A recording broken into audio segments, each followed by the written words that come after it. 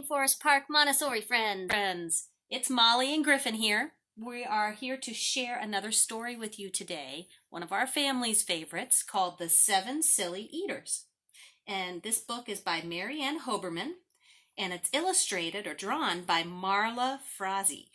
And it's got beautiful illustrations in it, so we're going to spend extra time looking at the pictures today. Also, the words are fun to listen to because there are a lot of rhyming words in this book. Words like hot and not. They rhyme. They have the same ending sound. So as I'm reading, see if you can hear some of those rhyming words and maybe even guess what the rhyming word might be. This is a little bit longer story today, but I think it's worth it.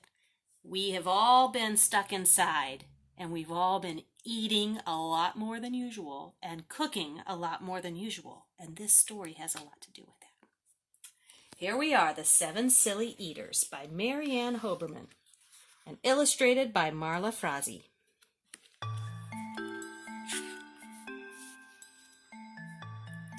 This is their house. There's a mom and a dad and a dog.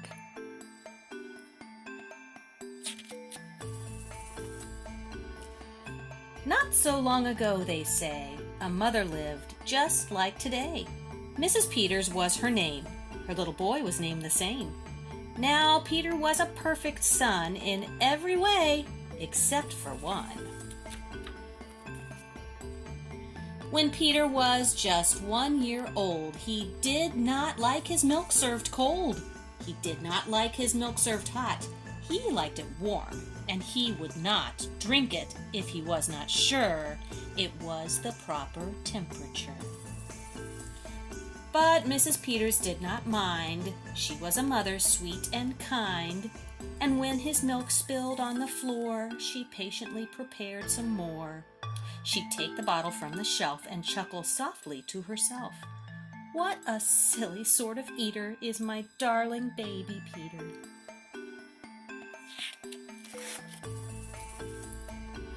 When Peter had not yet turned 2, another baby sweet and new was born, dear Lucy, fair, small and fair, with big blue eyes and curly hair. But long before this child was grown, she had opinions of her own, of what she'd eat and what she'd not. She hated milk both cold and hot, and warm was worst of all. Instead, whenever Lucy dear was fed, she bellowed for pink lemonade, not from a can, oh no, homemade.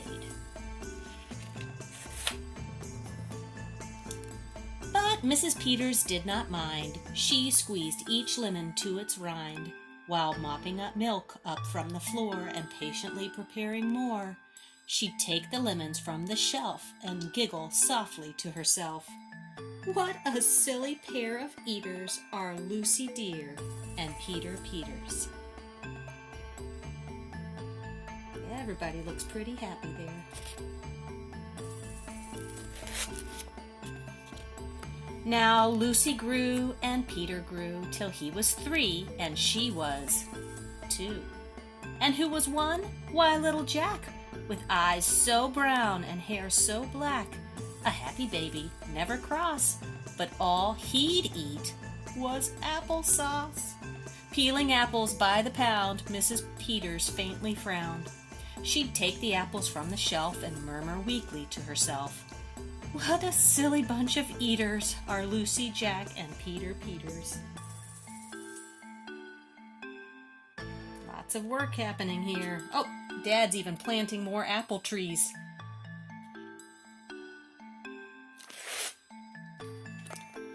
Peter, Lucy, and young Jack had another brother, Mac. Mac was charming, round, and plump, but if his oatmeal had a lump, Mac would dump it on the cat. Mrs. Peters hated that. But since she loved her children 4, she'd strain the oatmeal 2 times more.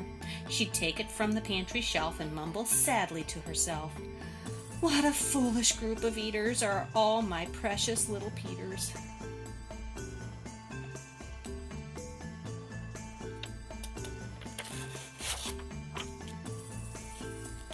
Before another year was through, who came along? Why, Mary Lou, she was a darling, sweet and bright, and had a healthy appetite. That is, as long as she was fed soft and squishy homemade bread. Poor Mrs. Peters got no rest, but still she did her very best. She'd take the flour from the shelf and mutters feebly to herself, "What a fussy bunch of eaters are all my lovely little Peters."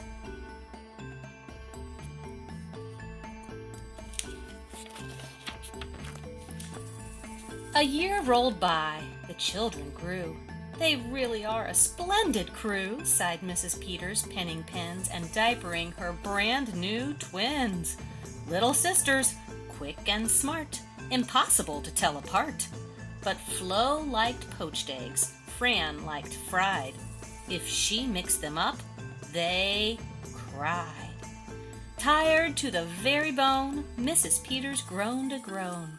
She'd take the eggs down from the shelf and whisper weakly to herself, "What persnickety young eaters are all my 7 little Peters."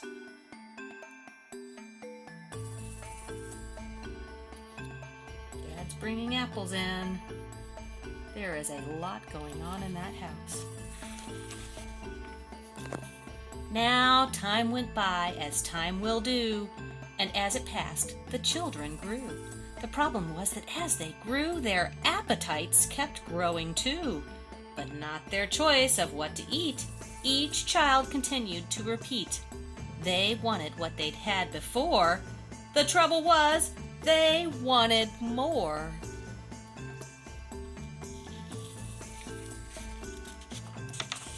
Creamy oatmeal, pots of it, homemade bread and lots of it. Peeling apples by the peck, Mrs. Peters was a wreck. Wow, look at that house. Look at all the dishes, all the food cooking on the stove, the animals are running, all the laundry, all the toys on the floor. Wow, Mom does not look very happy here, does she?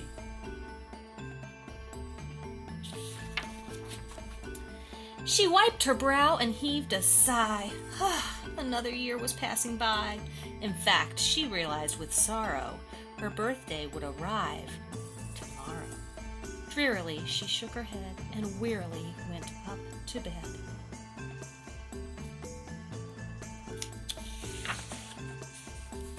She thought the children had forgot her special day, but they had not.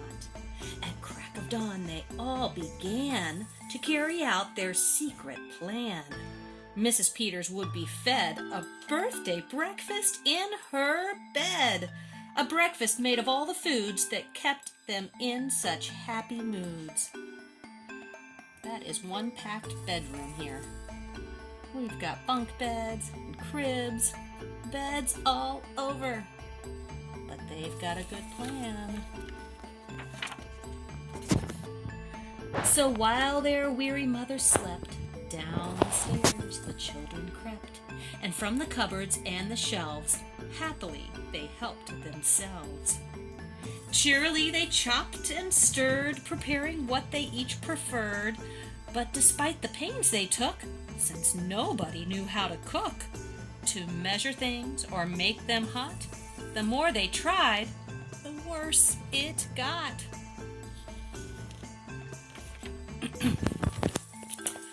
First, Mac's oatmeal turned out lumpy, which made poor Mac turn grim and grumpy. In fact, the lumps got him so cross, he dumped them in Jack's applesauce. This bothered Jack so much, he threw it in the pot of Mary Lou, who tossed the mishmash that made straight into Lucy's lemonade. And that put her in such a huff, she poured the icky sticky stuff into the double frying pan that held the eggs of Flo and Fran, who flung the hodgepodge on the spot into the milk in Peter's pot.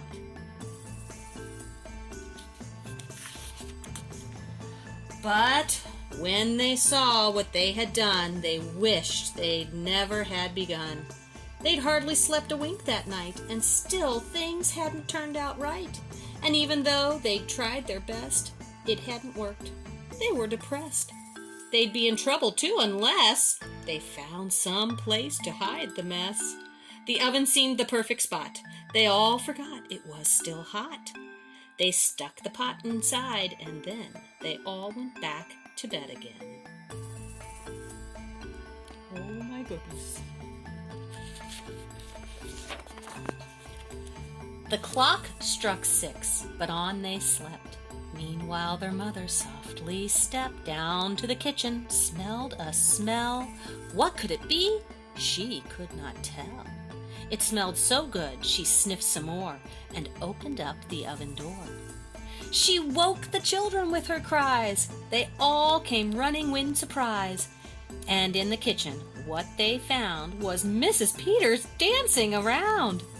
And in the oven, no mistake, a pink and plump and perfect cake.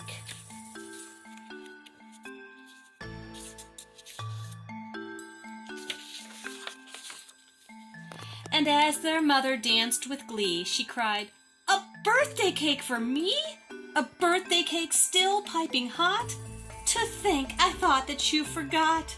Now tell me please, how did you make this pink and plump and perfect cake? So high and light and smooth as silk?" "It's smooth as silk from all my milk," said Peter. Lucy said, "It's pink from all my lemonade, I think." "And from my apples," added Jack. "My oatmeal made it soft," said Mac. "My bread dough too," said Mary Lou. Said Fran and Flo, "As for its size, it was our eggs that made it rise." Then everybody sniffed some more and danced around the kitchen floor.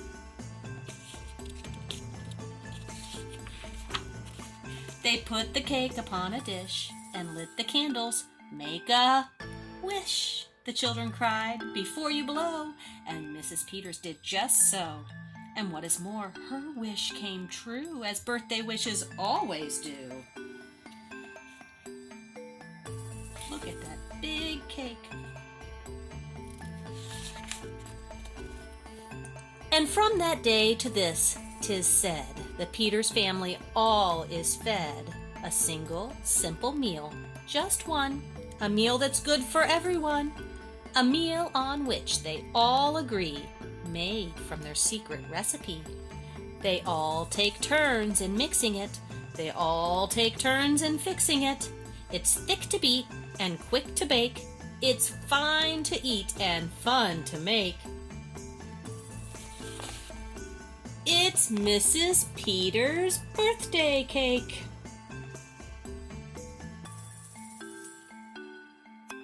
And that is the end. I hope that you enjoyed this book. We have always loved this book so much that we found a recipe and our family made Mrs. Peters' birthday cake. You might be inspired to do the same. Ask your mom and dad if you can maybe help them cook in the kitchen sometime. It's a fun thing to do, and it's fun for everyone. Let me know if you make something fun at home. I'd love to hear about it. All right, you guys have a great week, and I'll see you soon. Bye-bye.